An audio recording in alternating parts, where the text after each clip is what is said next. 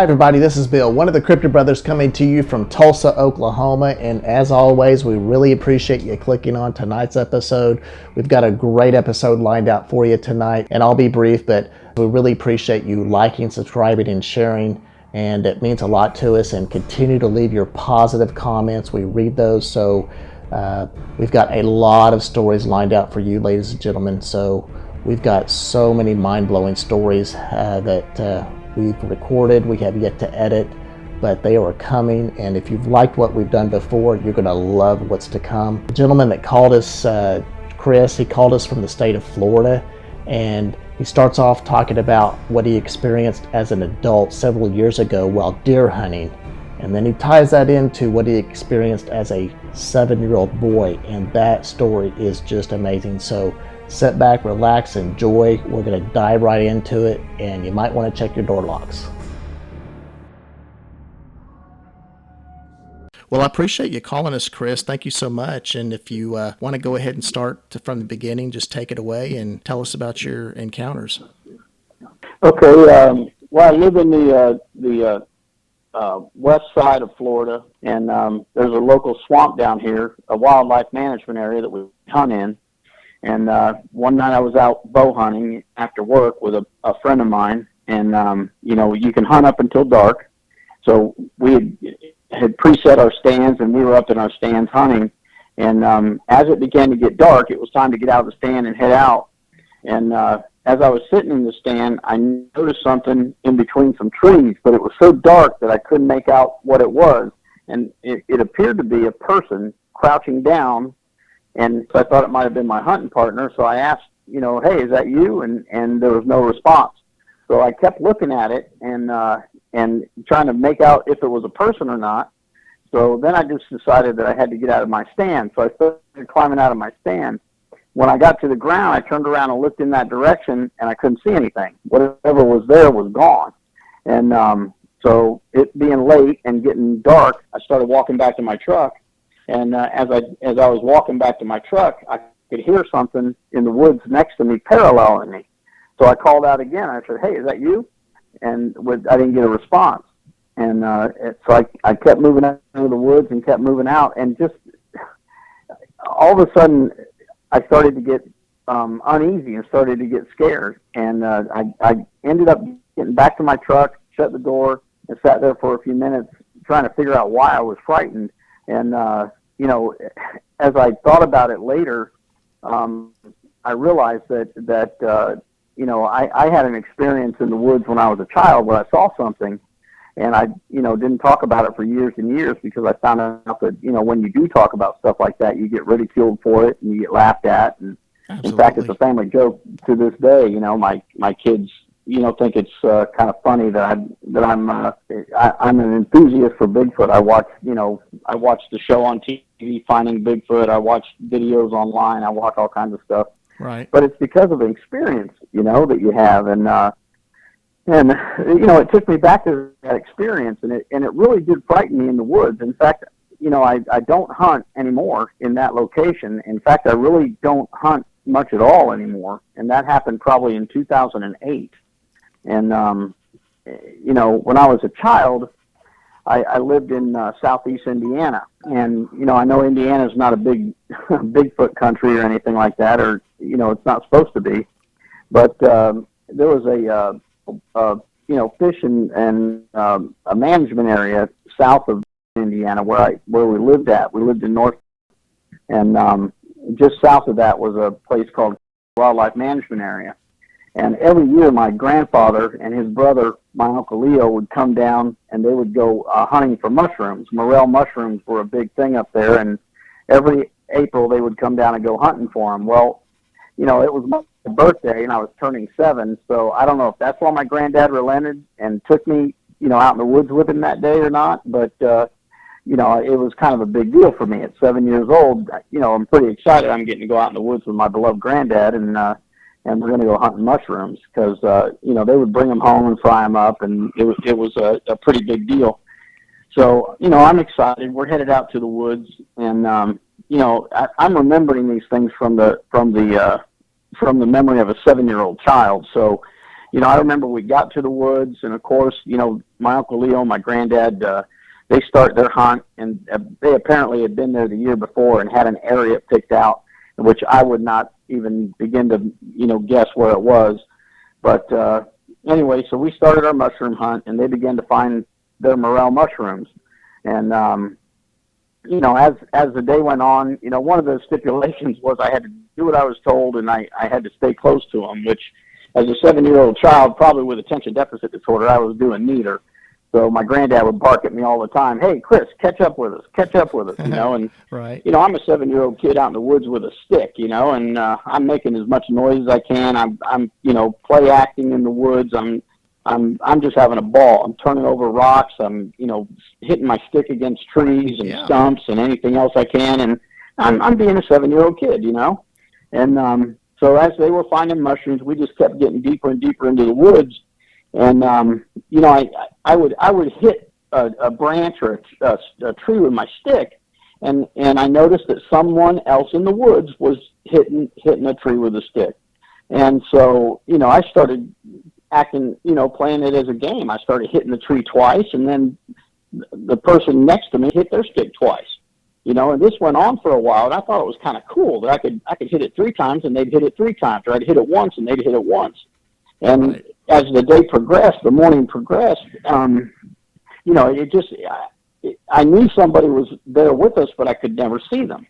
I could hear twigs breaking, I could hear, someone walking, and then later on in the morning, all of a sudden, acorns started falling on the ground or getting thrown on the ground in front of me or next to me, and then it became little stones or twigs or whatever, and I kept trying to see who was doing it because I knew someone was there. And I eventually, being the tattletale that I was at 7 years old, I told my granddad somebody was throwing rocks. And he said, "Well, if they get too close, let them have it with your stick, Right. Him and my Uncle Leo were doing their thing, probably not paying a whole lot of attention to me because, it was just a courtesy that they brought me along anyway, probably because it was my birthday. But, as the day went on, I noticed more and more things like that. And, we had packed a little sack lunch and everything, so we were prepared to be in the woods for a good portion of the day. And, as we got deeper into the woods, we got into a really thick area, and my granddad told me to stay close, because it's getting thick in here, you stay close.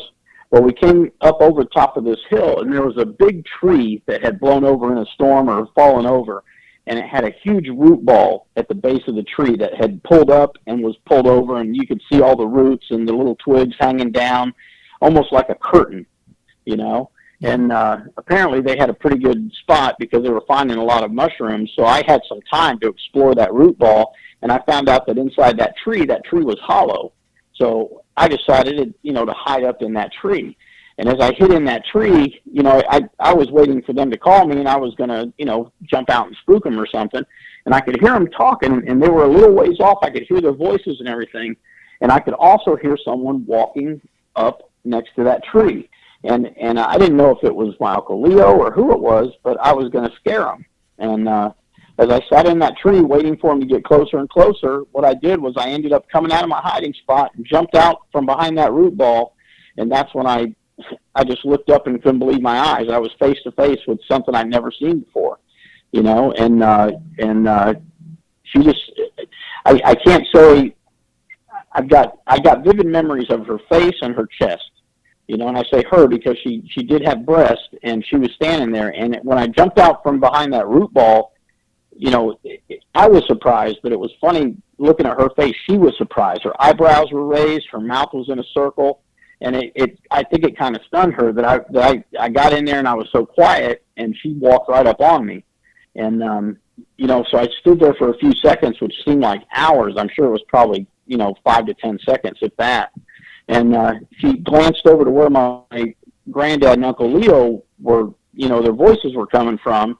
And then she looked at me, and then she turned around and walked into the woods, and that was it. I mean, it lasted just a split second, or just a brief period of time. But wow. I don't recall being frightened at that time. Right. But as soon as she disappeared, I got overwhelmed with fear. I mean, it just ran through me. And I remember turning around and running as fast as my little legs would carry me down to where my grandpa and Uncle Leo were. And when I got there, I just started talking a mile a minute. Just, there's a monster. There's something in the woods. There's a monster. It's following us. And, my grandfather was trying to calm me down, and then he noticed that I had wet my pants. And then he kind of got a little upset, and he said, "Chris, why didn't you just go in the woods?" And then I realized I'd peed my pants, and I was a little embarrassed. And I said, "There's something in the woods." I kept trying to tell him that there was something following us, something big, and it was following us. And he didn't want to hear it. Now he was a little upset and miffed, and so we started turning around. And he said, "All right, let's pack it in." So we started going back to the car, and I'm embarrassed, and two, I'm still scared. And he's not listening to me. He won't let me finish what I'm saying. So we get back to the car, and it was a quiet ride home, to say the least. And I was embarrassed, and he had made me take off my pants, my underwear, and he wrapped me up in a blanket that he kept in the trunk of his car for the ride home.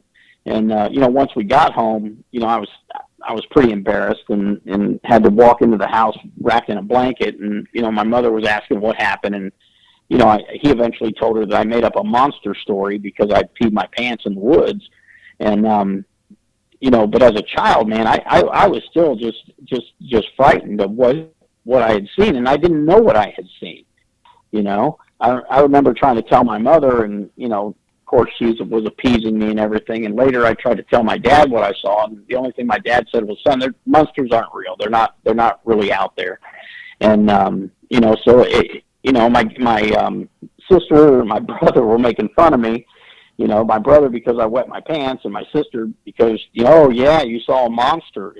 And back in 1971, Bigfoot wasn't a big topic in Southeast Indiana, And so anyway, I learned that, I kept it to myself because every time I brought it up, I got ridiculed for it. But it was, for a while there, I was having bad dreams. I was afraid to sleep in my bedroom at night. I would end up in my parents' room. And my father, being Hispanic, didn't have a lot of coddling nature to him. He was pretty hard on me. Even at 7 years old, he would often wake up and I'd be on the floor in his bedroom because I was scared to sleep in my own room. So the event traumatized me as a child. When other kids were out catching lightning bugs and playing hide and seek in the dark, I was inside the house because I knew what was out there. And looking back on it now, after I'd grown up and think about it, I don't think she wanted to hurt me or anything. I think it was more curiosity, probably, than anything. Here's a 7-year-old kid making a lot of noise and acting like he didn't have a care in the world, and she probably wanted to, or was keeping an eye on me, as that day progressed. And but after I had the experience in the woods as an adult, it frightened me to a core that I didn't understand why, and that's when I started to rehash everything that had happened back when I was 7 years old. And even though as an adult I really didn't see anything, it was just that feeling of being followed, that feeling of being in the woods with something that I couldn't see, that really triggered those feelings. And I think that's what really spurred my interest in watching videos and things like that. And it's funny that a lot of the characteristics and the things that you hear about Bigfoot doing, I experienced several of those things as a child, not knowing that that's what it was, You're talking about like the acorns being thrown and the rocks, but you can't see anything, that type of thing. Yeah. So it was. I think that she was walking right along with us for a good part of that day, and the throwing of the stones and the even like hitting the stick, and getting the antlers back, with the wood knocks, and it's funny that I hear all this stuff that happened, that the characteristics, the things that they do, and I realize that I experienced a lot of that as a child and never knew I was experiencing it, Chris, when you jumped out from the root ball, was this being facing you, or was there like a side profile and you startled it and then it faced you? And then if you can go into the description of, if as best you can remember, of how this thing looked and about the height and whatnot. Yeah, it was walking on the backside of that root ball. So I was coming out of the bottom of the root ball. So as I stepped out and stepped to the side of that root ball to where I could see it was there and it was facing me. And I remember seeing it probably from the top of the head to the chest or the mid torso area. And I don't remember the arms or the legs or anything, but the face was very much, it did not look like a gorilla. It did not look like an ape. It looked like a person, and her skin was her hair color was a reddish gray, and more gray than reddish, but it had a reddish tint and reddish gray to it. She didn't have any hair around the face area, like a beard or anything like that. Her face was pretty clear, but it was a grayish color skin, and she had big brown eyes, and they were mostly brown. But I noticed when she did turn to glance over to where my Uncle Leo and my granddad were, yes, that there was white around the eyes. I was that close that I could see the white in her eyes when she did that. Oh wow! And she had breast, and like I said, from the mid torso up is about my memory. And I think once I saw her, my eyes were just glued on that, And her face, she was surprised. When I stepped out of there, she looked right at me, but her eyebrows went up. She had a big eyebrows, and they went up just like you would if you were surprised by something, like, ooh, and her mouth actually made a circle when she did that. And she just froze. She didn't move. And she stood there and looked at me, and then all of a sudden her face settled, and then she glanced over in the direction of my granddad, and then she looked at me again, and then turned around and walked into the thick woods. And that was just, it couldn't have been maybe 5 to 10 seconds, if that, Okay. But it was enough for her to get a look at me. And then I think in hindsight, my granddad and my Uncle Leo were far enough away that I couldn't see them through those woods. I could hear them. I knew where they were. But I think if she was wanting to watch us, that root ball would have been a perfect vantage point for her to look out and observe everything, Yeah. So, and I had gotten into that hollow part of the tree, and I just got real quiet, because I was wanting my granddad and my Uncle Leo to come by there to look for me, but they were into the mushroom hunt, so they just kept sliding down that hill and moving on. And, but I could hear them talking, so I knew they were still right there, But that's when I heard footsteps and leaves cracking and stuff like that. And I knew someone was walking up on that side of that tree. So I knew exactly where to jump out to spook someone, Yeah. And as a 7-year-old mischievous kid, that was my intent. Right. And as best you can remember, when your uncle and your grandfather seemed to have left the area, but you were still hiding in the root ball, about what period of time went by before you heard the footsteps coming up?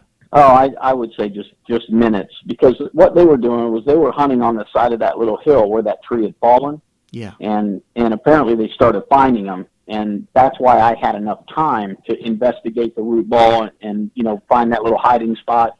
So it was probably, I don't know, maybe 2 to 3 minutes, 4 minutes. I think that she had been trailing us all day long, because of the interaction I was having with the wood knocks and with the acorns being thrown, the sticks being thrown, things like that, And so I think she was there with us the whole time. It was just that they had moved on down that hill, and I had enough time to find that little nice hiding spot, and I just got real quiet, thinking they'd come back and looking for me, and I'd jump out and spook them. Right. And one question I had, and sometimes I think it's kind of hard to gauge this, but, for instance, if you look at, say, like a chimpanzee or a dog, you can kind of tell a younger one versus an older one. Could you get a sense, if you can remember anyway, about if this seemed to be an older Bigfoot versus a younger one, or could you get a sense of that at all, or not? I would say it was probably an older one. She from pictures I've seen and things, I think the closest description I could make was like an Aboriginal native of Australia, that she had grayish hair, a lot of gray hair and some red hair, but I would have to say that she was a little older. Okay, and if you can remember, do you remember how the nose looked? It was a flat, rounded nose, but it was a human nose. It wasn't not a chimpanzee nose or an ape nose, where it rounded up and the nostrils were facing me. The nostrils were probably facing down, and it was but it was, a flat nose, kind of flat and rounded. But it was definitely, definitely when I looked at it, I saw more of a person than I saw an animal.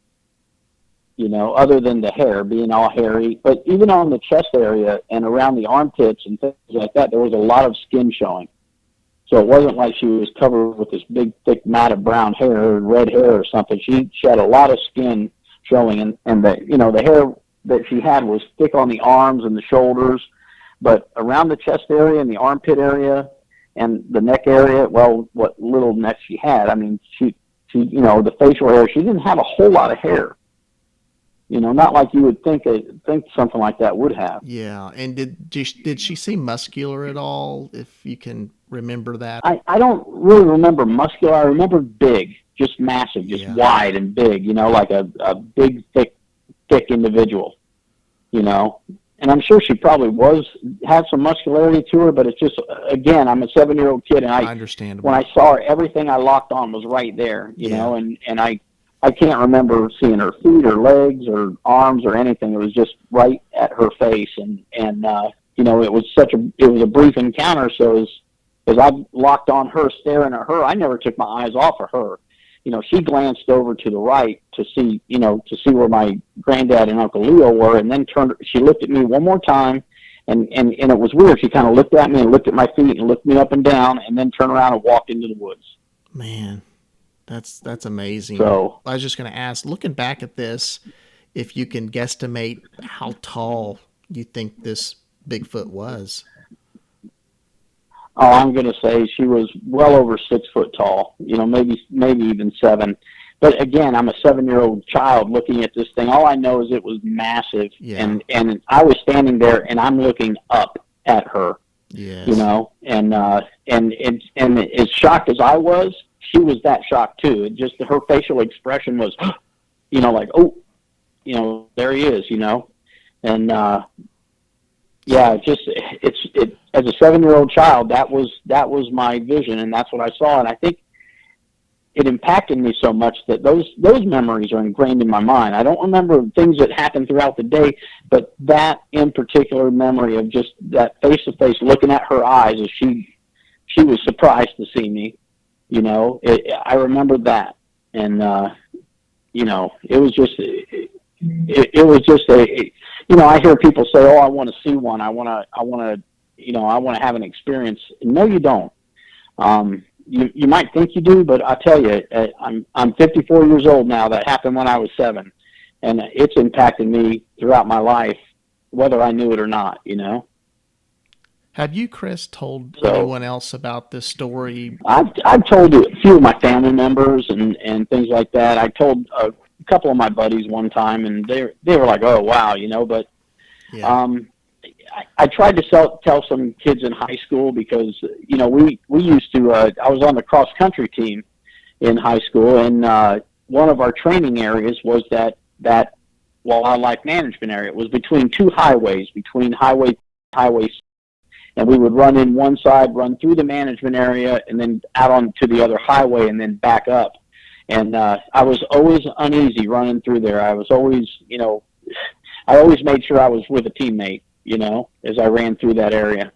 Oh, I understand that for sure, having seen that. But you tell somebody in high school that, and then it becomes a big joke, and kids love to, cut on other kids. So that was just made me an easy target, Yeah. So I really didn't tell many people in school about it. That's understandable. When you saw the Bigfoot, and like you said, it looked toward where your grandfather and your uncle were, and then looked back at you, looked you up and down, did it just slowly walk off, or did it seem to kind of briskly walk off?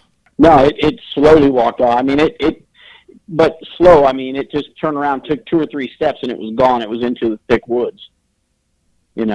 So it was like it didn't take long for it to disappear. I could hear it. And as soon as it turned its back and disappeared into the woods, that's when I just got really scared. I think at first I was in shock, Yeah. And I just stood there and stared at it, and as it turned around and left, then I became scared. And I mean, I turned around and I just remember running as fast as I could run, and I'm yelling and screaming at him, there's a monster, it's following us, And, my granddad didn't know what was going on, and neither did my Uncle Leo.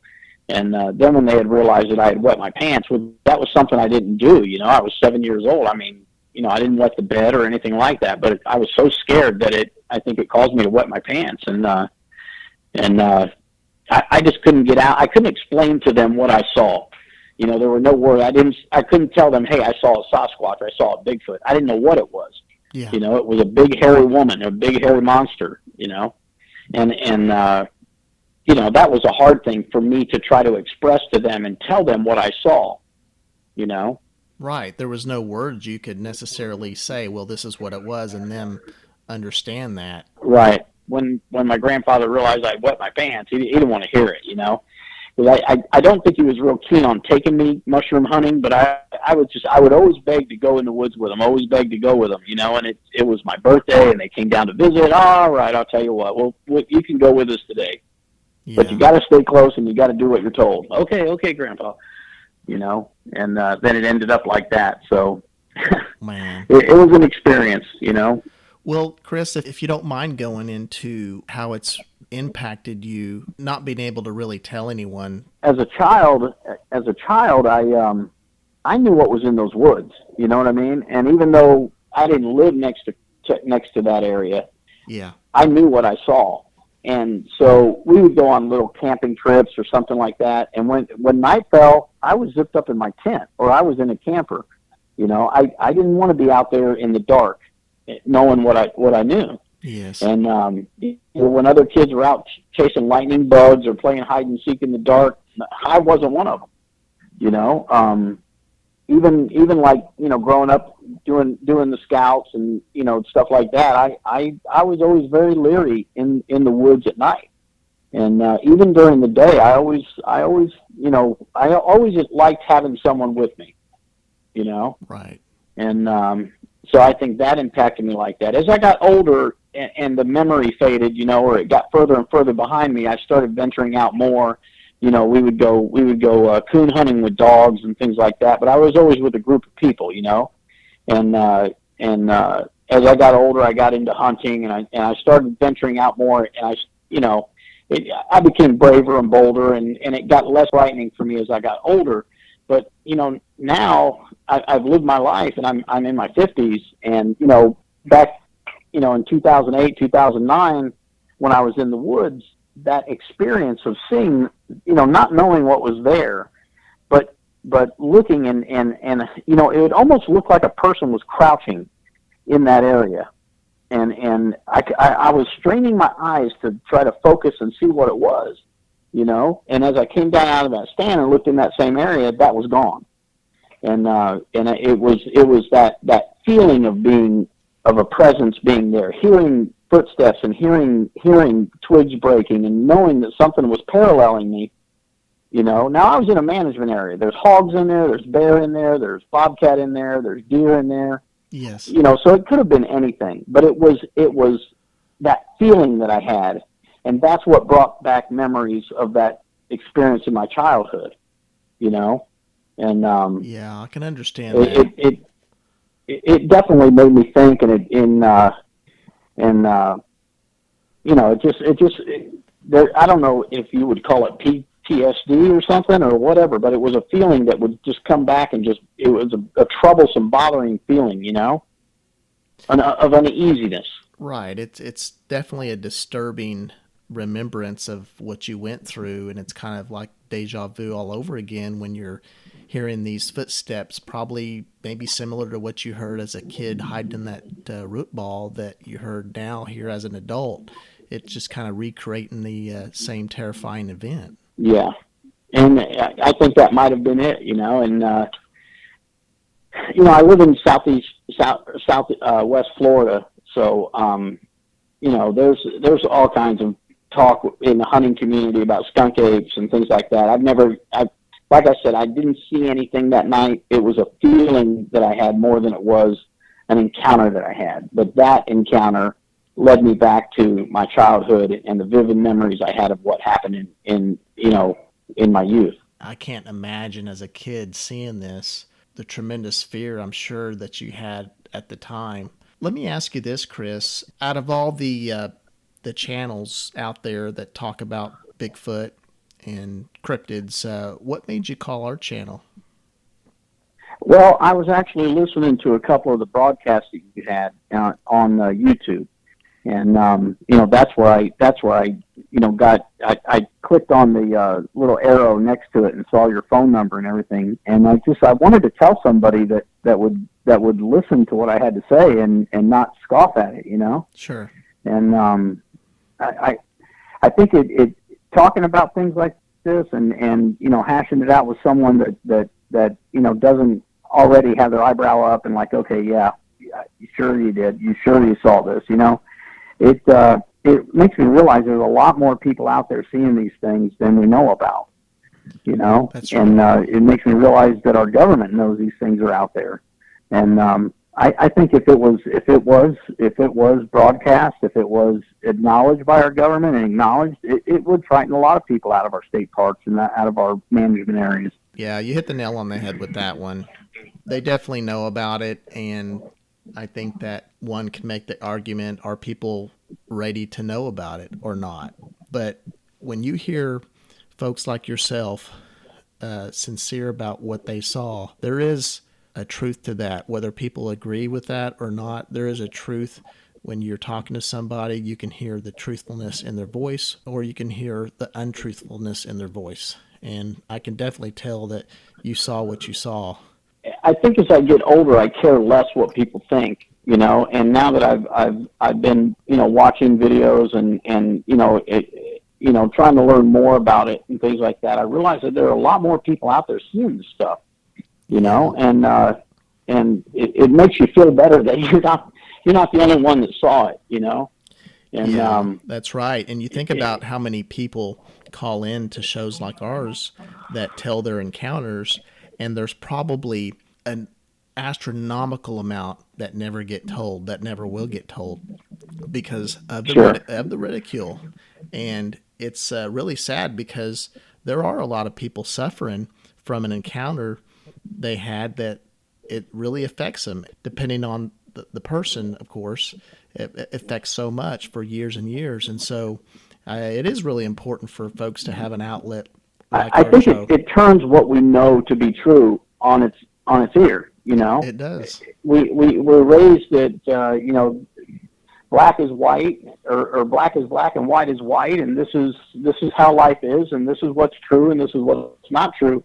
And the fact is, you don't know. And then when you see something like that, it rocks everything that you think you know.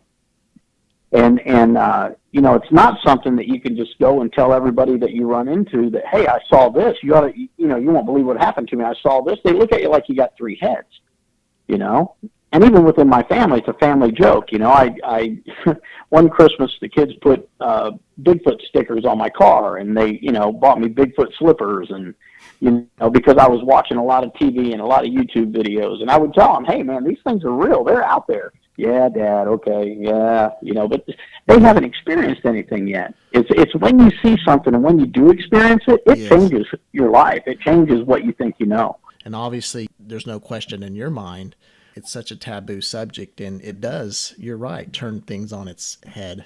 I've always been a very, very common sense kind of person. I've spent, 30 years working for, a local county government and my field, civil engineering and things like that. So I think of myself as a very reasonable person that looks at things, mathematically, and looks at things mechanically, and just this is what's there and this is what's not. But there is a whole area that we don't know about, and the dogman thing intrigues me as well. I never, thank God, experienced anything like that, but it's just the stories you hear of that and the stories you hear of Sasquatch. And the thing is, there is a wide area where these sightings are getting seen. I mean, Ohio, Pennsylvania, all throughout the Tennessee Valley and that area. It's just, back in the 70s, you never heard of that. When I still remember the first time I saw the Patterson-Gimlin film, man, it was like a revelation. The light came on. It's like,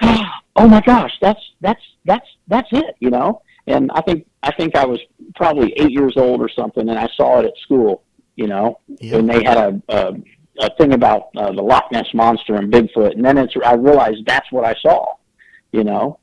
And then I remember in the 70s that movie, the Monster of Boggy Creek, or the Creature of Boggy Creek or something came out, you know, and it just, that kind of just reinforced, you know, why I didn't go out in the woods at night and why I didn't go out in the woods alone. We didn't have the advantage of internet, and we didn't have the advantage of all this information at our fingertips like we do now, you know. That's right. That's why I think that you hear more stories now, just because the technology allows us to hear the stories, where before we couldn't. Right, and you couldn't hear about them, and people didn't talk about it. You know. Right. I do think there's a wave, in a sense, of people more open to talk about it, having heard others talk about their experiences on the internet. I mean, just to have a face-to-face encounter with one. This Bigfoot was just a few feet away then, right? Yeah, it couldn't have been more than 15, 20 feet away. It was that close. Literally, it was on the other side of the tree behind that root ball, and I jumped out on the side where it was and jumped out and just, you know, like, da, and you know how a kid would spring out of somewhere, you know? Yes. And I think that's what she was actually facing toward my uncle and my grandfather, and when I jumped out, she turned her whole upper body and turned and faced me. And that's when her eyebrows went up and her mouth went rounded, and you could tell there was a expression of surprise on her face. You didn't expect to see the kid that she'd been following all day right there. You know what I mean? Yeah, I bet she thought that you were with them. Yeah. That's what it sounds like. And in hindsight, thinking about it now, that root ball, you know, I don't know if it was 10 or 12 feet around or whatever, but it would have been a perfect vantage point for her to stand there undercover and watch what was going on, you know? She just didn't expect me to be hiding in it. So, right. You said that was a WMA area there in Indiana? Yeah, it's called Wildlife Management Area. And I've got a picture. A friend of mine who still hunts in there sent me a picture of a footprint, and he said that he found a set of tracks on a fire trail and followed them for like a mile until they disappeared into the deepest part of the swamp, and that's when he stopped following them. But he took a picture of some of the tracks, and he said he's a pretty big guy. He wears like a size 11.5 boot, and he said his boot would fit inside the outline of that track. Wow. Of that footprint. And I told him, I said, why didn't you take a photo of your boot in the print? You know, and he goes, well, I never thought about it. It's a very clear footprint, you know, and who in the world in their right mind would be walking around in that swamp barefoot? I mean, there are rattlesnakes there, copperhead, or moccasins. Yeah. You know, it's just not a place that you're going to walk around barefoot.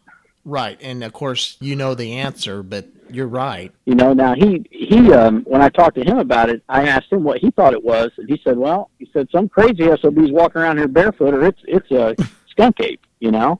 Yeah, wow. But he still scouts and hunts that area. I don't go in there anymore. I just, you know, since that night, I don't even own a bow. I sold my bow, and I sold my tree stand, and even my wife is like, why you don't hunt anymore, you know? And I said, no, I just I don't know. I just haven't been able to, you know, really enjoy going in back in there, you know? I just kind of got back into hunting. I was a fisherman growing up, and it's almost like, you know, when I hunted this past year, and I was in a tree stand, a climbing stand, and Lance was probably 200 yards away from me. I'm scanning the woods so much, it's like I can't even enjoy the hunt. Yeah. Because even though I've not had a face-to-face encounter, I do know that these things exist. And we get a lot of activity to deer camp. I heard footsteps outside my tent this past deer season, and I got that extreme uneasiness, and my heart was just racing. So I know that feeling. I live in an area where it's very residential. I live in Florida. So there's a lot of houses, but when you get into the wildlife management areas, or you get into the private property along the coast, there's nothing out there. I mean, it's just wild, and it's swamp, and it's thick, and you know, and it's loaded with game. It's loaded with wild hogs, wild deer. I mean, it's just loaded with game. So I have no doubt that there's plenty for them to feed on, live on, and south of us there is an area where they've had a lot of activity, and I know that there are researchers down there. I've seen stickers, the Bigfoot research people or something like that. Yeah. The swamp area is a wildlife management area a little north of me, and I've heard of several people that have mentioned activity up in those areas. Matter of fact, I read one report of a face-to-face encounter in the villages. The villages is up in Ocala. Ocala National Forest is a hot spot down here in Florida for skunk activity and Bigfoot activity. And a guy was walking his dog late at night in a new part of a subdivision. Yeah. Where the lots were cleared, the roads were in, but there wasn't anything. There were only a few houses built. He was walking his dog at night, and his dog started to freak out. And he looked over, and he saw what he thought was someone crouching down. And he said, "Hey, I've got a gun. You need to back up. You need to." And all of a sudden, he said the thing stood up, and it was enormous. It was just gigantic. Oh boy! And then all of a sudden, him and his dog started to back up, and it stood up erect. And then he saw how massive it was. Yeah, I was just going to say, I think a lot of times when folks are in the woods that we're scanning just at our eye level, right? But we don't tend to necessarily look down at the ground or high up, say, in a tree. And I think a lot of times it seems like we'll hear stories, these encounters, where it was crouched down, maybe it was on all fours or laying flat. It intrigues me and it interests me, yeah. But having another encounter does not interest me in the least. I know that they're out there, and I know eventually it's going to be confirmed that they're out there. But until I'm more comfortable with it, or until I'm, I don't know that I ever will be. But it's something that definitely frightened me to a level that I've never been frightened before, and then just to have that same type of feeling. Being alone in the woods again, and I'm not afraid of a whole lot. I mean, but that is it's a level of fear that you can't explain to people. Yeah, it's almost like primal fear or something. Right. As much as someone says, "Well, I have a gun," or "I wouldn't be scared," well, yeah, you would, and you'd pee your pants, and you wouldn't know what to do. Yeah, and it's just that scary. Because I do think that they can project fear upon people in some fashion that, people do lose their bladder, their bowel functions, their heart races, they get sometimes dizzy or nauseated. We'll hear this a lot. And it's just an uncontrollable state that people are in when they encounter these sometimes. My sister lives in Washington State, and it's interesting to talk to her now. Because in Washington State, where she lives, it's not a question of if they exist; they do exist, And she talks to some indigenous Indians and people that have opened up to her out there, and they call that their magic. That they have magic, that they have spiritual powers or whatever, and they can stand right in front of you and you'll never see them, things like that, And so she says it's not a matter of if they exist, it's a matter of fact that they do exist, especially in the area where she's at. So yeah, I think there is. She still busts my chops. She sent me a Bigfoot cup for Christmas last year. You're right. Yeah. So. Well, I think in some areas it's just more accepted depending on the area. And the culture of the area as well. You're right. I agree with that. Well, and where you're at in Oklahoma, I mean, eastern Oklahoma seems like it's a hot spot. It really is. Like I said, we go down there every year to hunt, and we hunt on a wildlife management area. It's about 250,000 acres of pine trees, mainly mountains and creeks and rivers. I mean, you name it. And yeah, the first year we went down there was tree falls, freaked us out. And then this past year, Lane was sleeping outside of Lance's tent, and he was in a gazebo type area with tarps around it, and the tarp pulls up at night. It's like 3 a.m, and the tarp just moves open, and he's just staring at the dark. I mean, things like that. Lance and Lane, I didn't hear it, but they heard screams and howls about 4 in the morning. So it's really a hotbed. But I tell you, we get a ton of calls from Florida. There's lots of hotbeds, I think. Pretty much every state in the lower 48, there's encounters. We've always talked about the Pacific Northwest, and there's a ton of encounters up there, but it really is, I think, equal or more in numbers in the South, the Southeast, the Northeast, as far as the number of encounters. Yeah. Well, Florida has such a habitat that it's either a very populated area or it's not populated at all.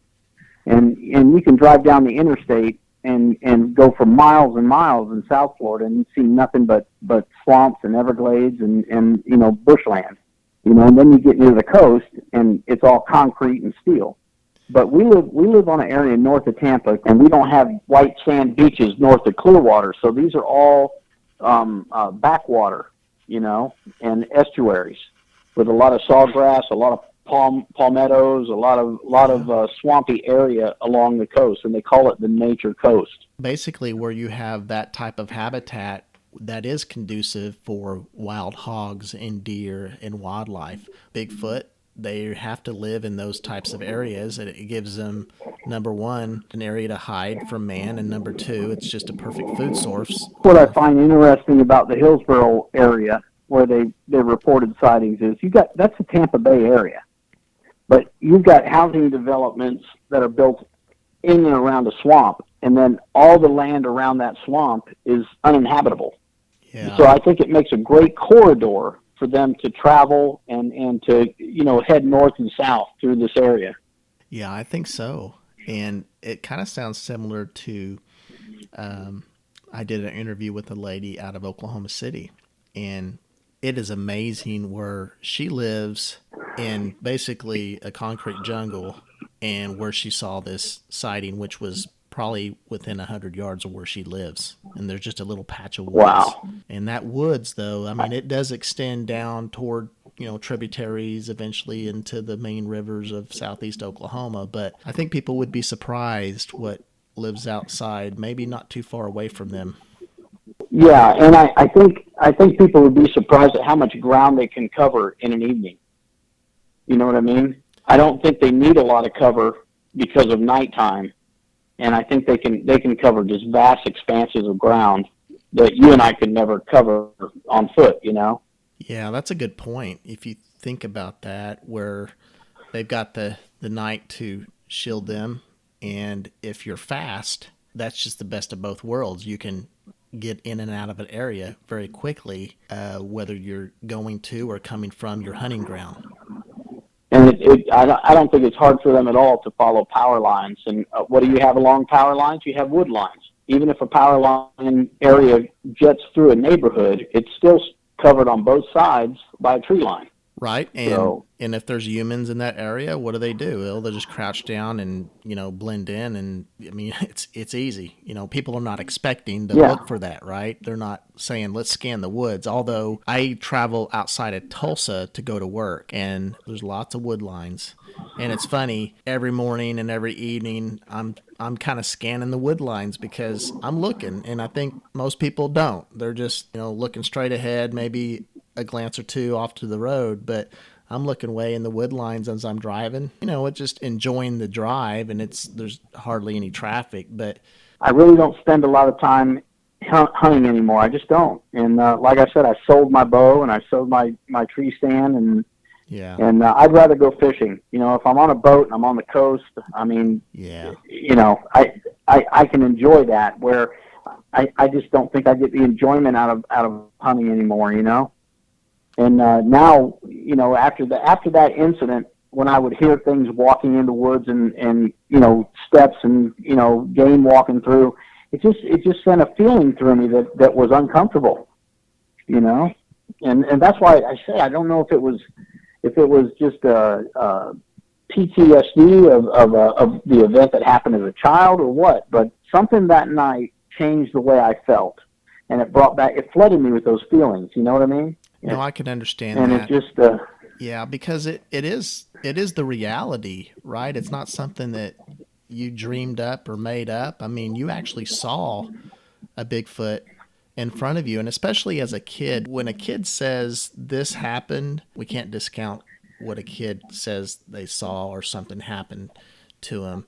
And it's, it's unfortunate that at the time you were ridiculed. At least now, I guess, looking at the positive side of things is, what reality is. Yeah. And it is, I think, important for people to be aware when they go out in the woods that these things exist, and you really should take precautions to have your head on a swivel and be with people and not blindly just walk in the woods unprepared. It is cathartic to talk about this, and it is. When you can talk to someone that also believes in it and stuff, it does make it it's a relief, and